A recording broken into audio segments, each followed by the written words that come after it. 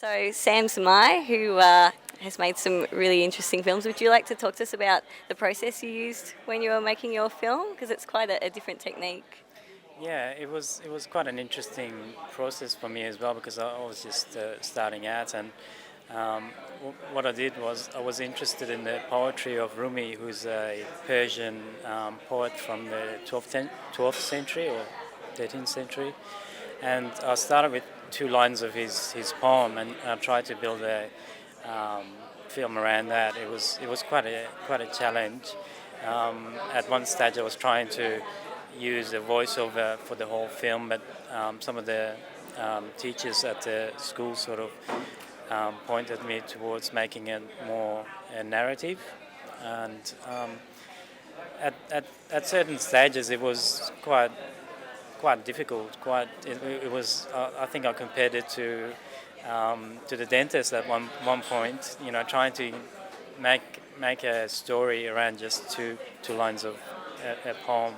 So it was quite challenging. But once I got into production, it became much easier, and it started flowing more. You know, there was a certain amount of work that needed to be done, and you just start going through it. But I think the conceptual stage of the film was the most difficult for me.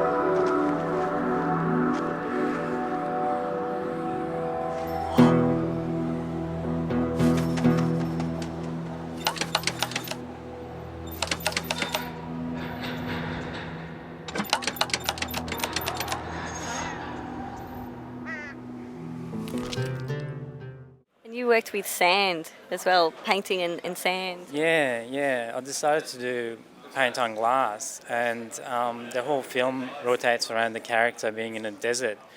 And I started shooting some footage of sand I just wanted to use in the background.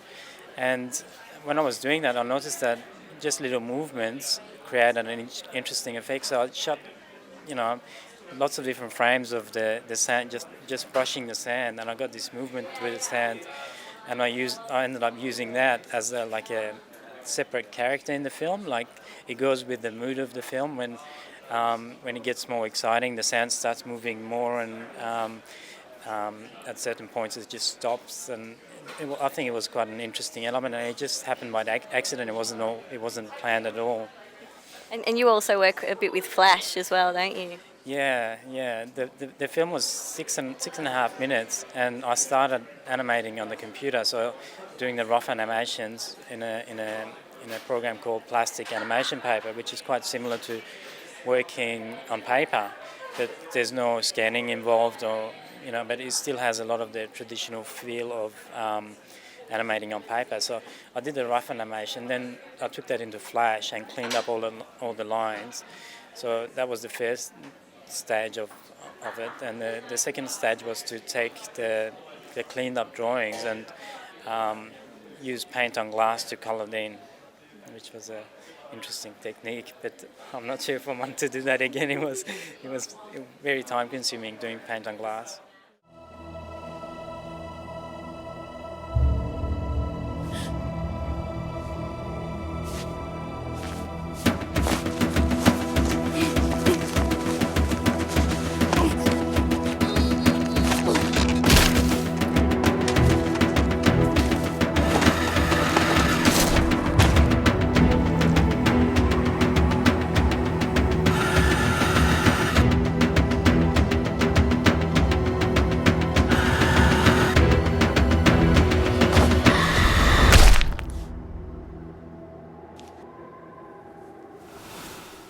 Do you prefer working with the more in-camera techniques or the digital, or do you tend to work with both on whatever you're doing? I try to combine the two. It's, I think, for the people who can do it, it's quite amazing that they can work purely paint on glass. You know, just start with the drawing and make it move around and make it look good. But I sort of took a different way. Because I had cleaned up all the drawings before, I was I was projecting that onto the glass and painting over the glass, then getting rid of that image and taking a photo of it. So it was a different technique. So it wasn't fully free flowing paint on glass. But maybe I'll try that at some stage when I'm feeling a bit more ambitious. And so this was your graduate film. Yeah, it was. Yeah. How beneficial was the course in allowing you to get that out? And It's amazing course. It's quite challenging course, and they've packed a lot into it. And from the start of the year to right to the end, and even beyond for me, because I didn't finish on, the film wasn't exactly finished by the time of the screening, so I spent another month or so doing the paint on glass part of the film. So it just kept on going. It was non-stop, but got so much out of it. I'm still catching up with all the stuff that we learned, and I think it's a great course. Yeah. what do you think of some of the other Australian animators that are coming up now and who are in the panorama as well, or in general who are out doing animation as a career? I thought I was quite lucky to have been shown in the Australian panorama. Some of the work out there is amazing. I was really impressed.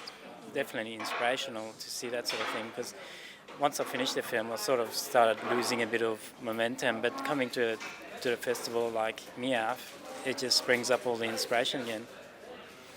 It's great, yeah.